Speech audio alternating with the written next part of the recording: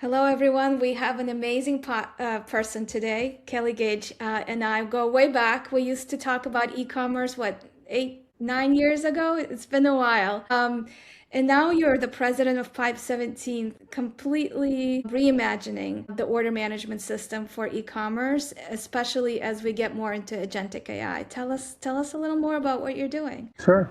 Thanks for having me. I've been here coming up on a year now. And what we do is we have a new style of order management we're calling order operations. And if you look at e-commerce, originally we started with just the brand.com, right? That was predominantly how you bought things as a consumer. And in that world, you would weld together your brand.com to an order management system. That OMS would then serve as the hub of everything order related. It would connect to your single ERP and it would connect it to your single warehouse management system, your WMS. And that was it. It was a pretty straightforward world. And in that world, you didn't really need connectivity, you weren't connecting that much stuff. And the connections that you did do were very bespoke, very one-off. You're integrating with a very specific version of Sterling or Manhattan or, one of those traditional order management systems. Now, what we see is a big fragmentation. So now we're seeing many more selling channels. So we have TikTok. They just did 500 million in GMV in 1 week, which is pretty crazy. We see Shein, we see Temu, we see Instagram, we see Walmart, and now the big one is Agentic, right? Heads. So you see the Chat GPTs of the world, and those guys are going to be doing a lot of they're facilitating a lot of the shopping, the checkout, right? So you have many more selling channels. At the same time, Amazon has really screwed up customer expectations. We, as a society, we're used to getting things a few days after purchasing them. And now I heard an interesting stat that 62% of American consumers want something delivered same day or next day. And that's because they're all used to getting that stuff on Amazon. So you have a big proliferation of fulfillment channels as well. You might have 5 or 10 different, fulfillment providers based on the goods and location and everything else.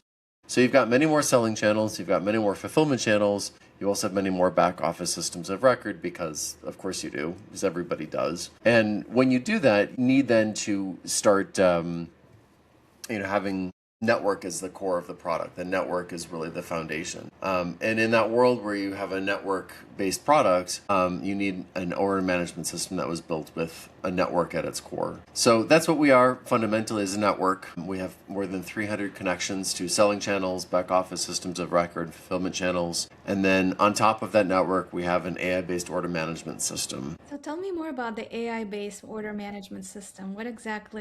How did you build it? Sure. So we actually have 2 layers of our product, which is very unique. So we have the foundation, which is the network, and then on top of that foundation, we have order management. Think of it much like the OSI stack, right? If you want to get nerdy, right? Network here is the equivalent of the plumbing, the physical infrastructure, the switches, the routers, right? That's kind of what the network is. On top of that, that's the application layer, right? And that application layer in our world is an order management system. So it's everything you'd expect. We allow customers to decide what goods get shipped from what locations, under what circumstances. There's a lot of AI based there. If there's a hurricane coming, we have a feed into NOAA for government supplied weather. We will route around hurricanes, for example. We'll route around labor strikes. So we're plugged into sources where we can find out proactively what could impact deliveries and why. We also, by being a network operator, have unique visibility into which specific locations are fulfilling under what time circumstances. So if a specific location is having problems, we can route to other locations proactively to avoid those problems. Oh, interesting. I love that. So there's a lot of data that you essentially simplify, right, to make sure that the product gets to the customer on time within those unreasonable expectations that we all have now. Yeah, exactly, exactly. And now with agentic commerce really rising, sorry, I should probably define agentic commerce. By agentic commerce, I mean browsing through a chat GPT-like interface, right? A chatbot interface on a third party. So not a chatbot on the brand.com, which I don't consider AI at all. But, somewhere else, there you're searching for something and buying that thing right there. And in that world, you're passing it back to us either directly or through an intermediary like Shopify, for example. but that order needs to get back to someone like us. And to facilitate this, we've launched the Order Network Exchange, which is a protocol that uses MCP, and it standardizes the flow of data between the selling channels and the back office and fulfillment channels. And we're now at 70 members and counting, including every major OMS vendor, many of the major 3PLs in the country, many of the major WMSs. But we've all gotten together and defined what that standard is. So now you can go from an AI head and have it query inventory directly from the 3PL, for example. Wow, that's pretty impressive. So how do you see, things progressing, right? As more shopping kind of moves to agentic, and where do you see what percentage of do you think orders would come from agentic AI versus people continuing to shop using their regular standard channels, whether it's the store or online through the website and or mobile app? I'm bad at projections. I've publicly said by 2028 that 25% of e-commerce GMV will be through an AI head. And I think that's directionally true. It's still going to take a long time. There are a lot of goods like the B2B space. People are going to probably go to their .com still. I think for some of the higher purchase intent, if you're going to spend money on a, luxury handbag or coat or something, you're probably going to want to buy it on the .com. But there's an awful lot of stuff that is B2B, that is B2C, that are brands, you're just going to surface it directly on the chat interface, and you're going to buy it directly from there. And look, I think longer term, the web dies off. We're already starting to see this. I think it's lived a good life, but we're going to see a major decline in the web traffic over time, and that's going to migrate to your AI heads, which will then basically become the next web. So, and I agree with you. I mean, it's going to continue to expand from the 25%. So, how do brands differentiate themselves, right? They sell very similar products potentially. How does one, before we talked about search engine optimization a lot and surfacing your product over your competitions in the Google search results. Is there something similar that lives within the agentic AI? Not really. There's a way to get the feed into these things, but other than that, there's no real way. You just have to wait for the LLM to decide that you're the right product at the right time. You do need full accurate product data. You need full accurate up to the second inventory data to feed that in. You need shipping options because they're only going to be surfacing things that ship and are delivered quickly. There's a big black art of, it's called GEO, right? So getting stuff surfaced, but even that's difficult to do. In the meantime here, it's really hard to game the system. Now, I think over time, what happens to any of these things is, have you heard of the term inshittification? No. Degradation of one's good things over time. So I think the web, for example, is a great experience. That used to be a great experience, used to be very pure. Now it's not. You could make the same argument about Google, for example. Google used to not have ads and told you exactly what you wanted. And now it's just full of ads and just crap that degrades the customer experience. And I think we're going to see the same thing with these AI heads as well. For the meantime, at least we don't have ads. Yeah. Very clear we will have ads, and then you're going to have to pay for placement. Ultimately, that's what it comes down to. So I don't have good answers. I don't think this will probably end very well for brands. Yeah. I think you're going to be paying a high toll to your middleman, your AI vendor. Right. And how do they exactly? So the costs go up, so prices will probably have to somehow keep up with that, right? I mean, I don't have good answers. I wish I did, but I don't. that's one of the things that, you're right. It becomes an ecosystem that we depend on. And then if everyone goes there instead of going to the site, maybe there's discounting, or how do you actually deal with loyalty programs? A lot of like travel vendors that I work with, for example, or even like sites like Kohl's.com that have Kohl's Cash, right? That have loyalty programs around them. How do those get transferred into this agentic universe, right? Do we have promotions or different rates based on customers' experience or relationship with that brand, for example? I'm assuming we'll have those experiences. I do think we will, which is good. I'm not sure how they translate. I mean, in an ideal world,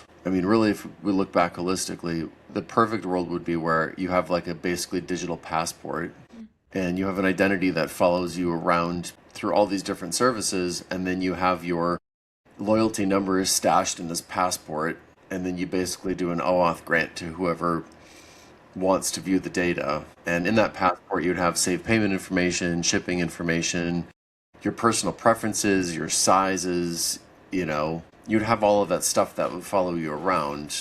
So that could work out really well. The way this is shaping up, you're going to have an OpenAI profile, and then you're going to have a Google profile, and then you're going to have, right? And here. So I don't know how this works out long term, but that's how it should be done. I just don't think it will be done that way. How do you think it's going to be done then? I think we're going to have these balkanized worlds where you've got, a Meta profile and a Google profile, not dissimilar to how we do it today, but you'll have a ChatGPT profile as well. I just see these walled gardens basically where you see consolidation around just a very handful of platforms. You can name them all. It's Microsoft, it's Google, it's Apple, it's Amazon, it's now OpenAI, X.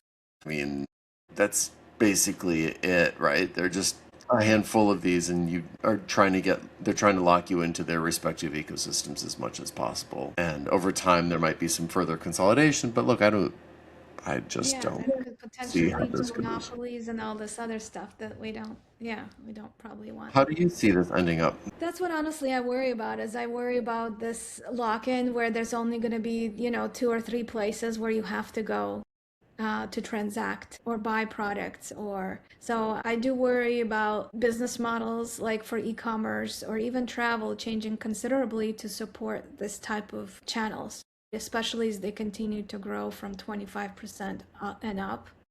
Mhm. A way for them to they'll have to come up with a new way to manage their costs, right? If I want to sell a airline ticket to Vicky, but she only shops on ChatGPT, what is the cost associated for that transaction versus if she shops with me directly to buy Mhm. that ticket? Mhm. Yeah. And look, you're going to have to pay a big toll, a tax to that service provider, the AI service provider, Because they bring you the audience, right? At because the they end. bring in the audience. And look, as a customer today, it's a really poor experience. Delta, for some reason, and this has been a well-known issue going back literally decades, Yeah. when you click that remember me box when you log in, it doesn't work. It doesn't work. I It know. literally just doesn't work.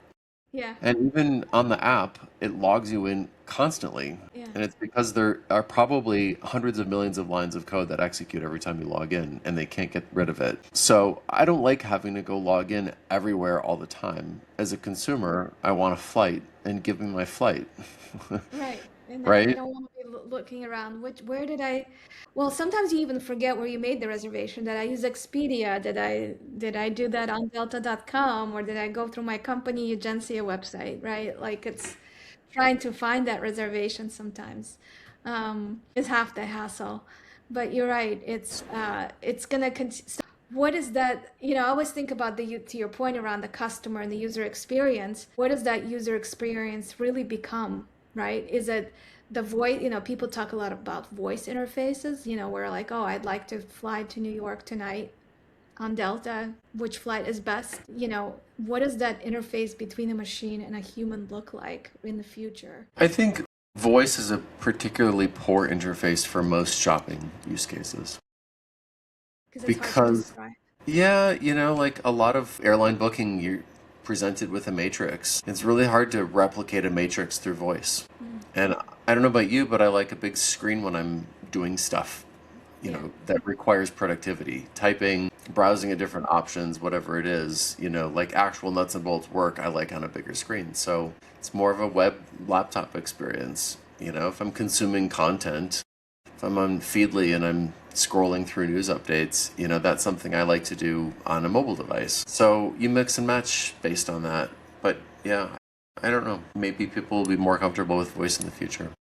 And a lot of times we, the 90s, whatever, 2000s, we spent on SaaS, right? Like really building these companies that are software as a service. And do you see SaaS continuing to evolve or what is that kind of, again, I'm kind of getting back to the interface question because I think it's changing. I'm not sure exactly is it how it's changing, right? We used to spend so much time designing the website making sure the content is correctly positioned, in the right corner left. Navigation became very important part. Interaction on that site would have a lot of studies around it. So what does the future look like I around think the that? further down you go, the less change there's going to be.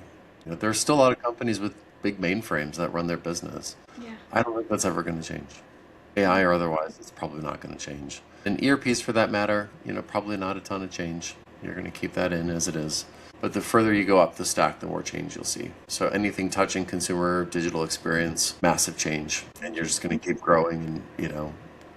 So, and look, AI can replicate a lot of these boring back office systems today, which is pretty crazy to see. But they do a good job of it.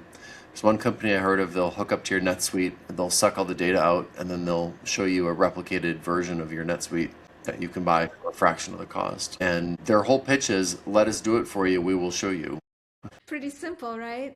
It's pretty simple. And then you get to see all your data and it all working perfectly somewhere else. So, like, that's an option too, I think there are a lot of these, dupes out there that'll just replicate the functionality, I So don't what think is the it's. moat? What is going to be the competitive moat that companies have? If anyone can kind of, dupe your software or your intellectual property that you worked on for, I don't know, 10, 15 years, right? I think it's proprietary networks as we have at Pipe 17. Yeah. It's proprietary data, and making sure that nobody else can go, consume that in any way. I think it's, some type of regulation or some type of, where you're in a space that you just kind of own the space as a monopoly, either, outright or through, some type of government regulation that ensures that you own it, right? That's a possibility. I think there are a lot of ways you can compete. One is just style. It's just having a product that has really nice styling and functionality and is easy to use and works well, But that's an option. I don't know. I think there are plenty of ways to approach it. Yeah, that makes sense. I want to talk a little bit about the network effect, right? Like you talked a lot about the networks around order management and really take me through how important that is to have the network effect. What is there's because new systems are going to be continue to spin up, and so the strength of Pipe 17 is really connecting to any system, right? Back office Well, system.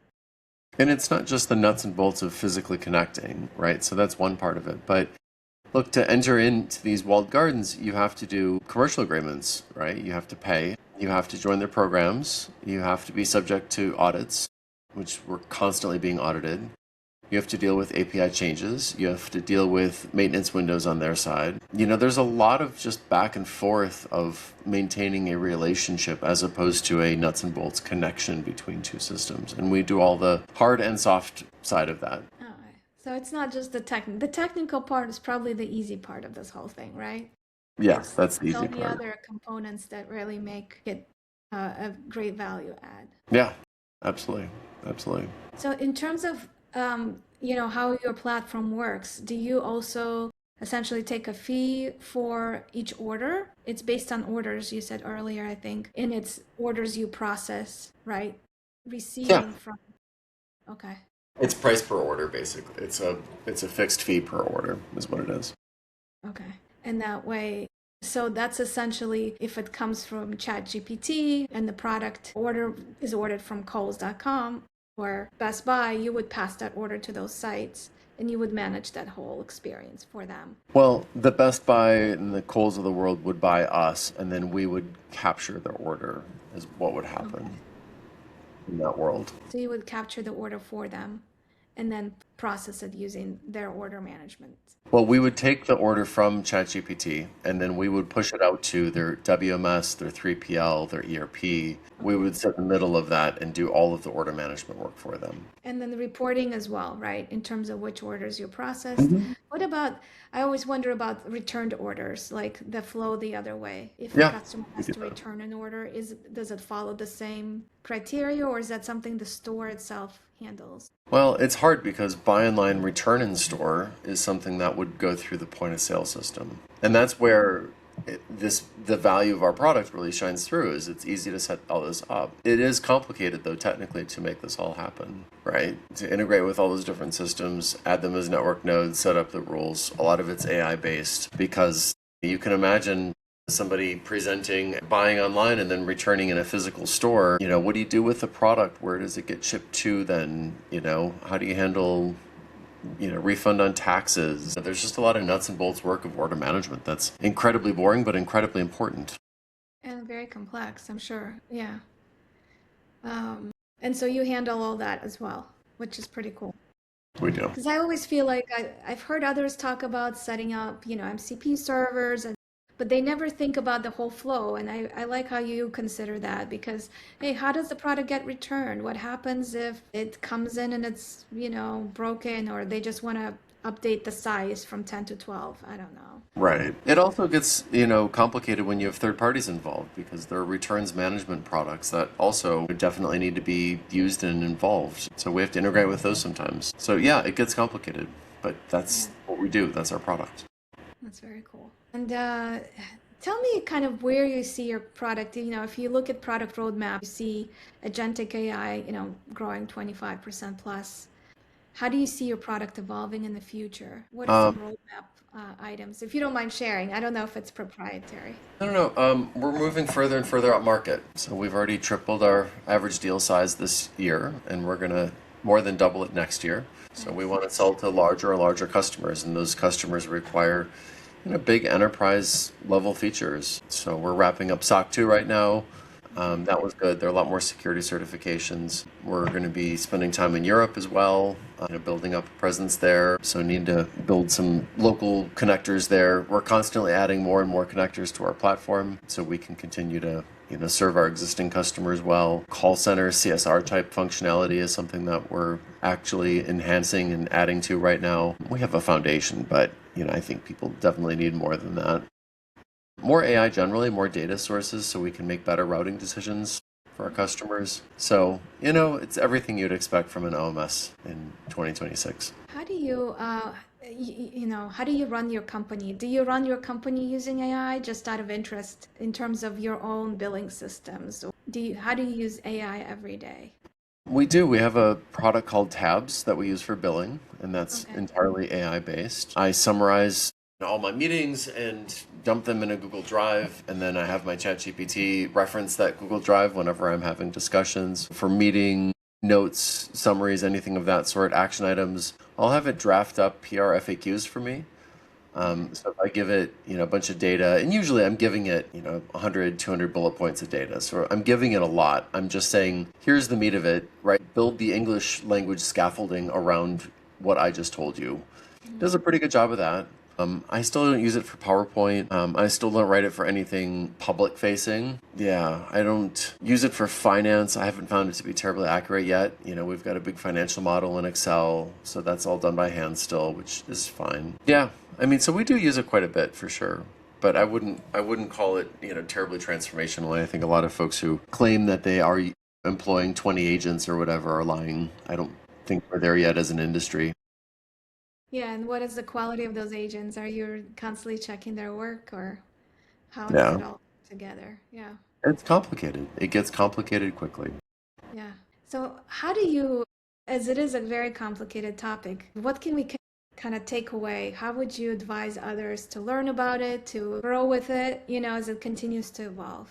I stay on top of everything using Feedly, which is my RSS reader, and I would just encourage everyone to go out and subscribe to a whole bunch of AI news sources, podcasts, Substacks, Medium writers. Take your pick, but definitely be out there and constantly consuming. I probably get 2,000 articles a day that I'm perusing. And I'm not pulling up each one, but you see a little card in Feedly that tells you what it is and then you can click through to it. So I'm constantly blowing through those and looking for interesting tidbits and fill in gaps in my knowledge, things like that. So, that's probably the best one. And then social media, make sure you're following the right people on social media. That helps. Twitter's really good. LinkedIn's really good. LinkedIn's okay. It's hit or miss. But, just make sure you're following the right people. Yeah, makes sense. And you have your own podcast as well. Tell us about that and how you choose what to talk about and your guests. Correct. It's called In the Spotlight. And what I do is I pick a viral LinkedIn post from the previous week and I invite its author on to discuss it in 15 minutes or less. So very topical, very focused on one post. And that way I think it's 15 minutes or less. So it's a nice snack content, right? It's not somebody sitting for an hour or two. It's a pretty big commitment. So we try to make it very information dense, very quick, very fast. Little controversy in there when appropriate. Make it fun to listen to. Not just where I'm nodding and smiling in agreement every single time. But Yeah. it's a fun format.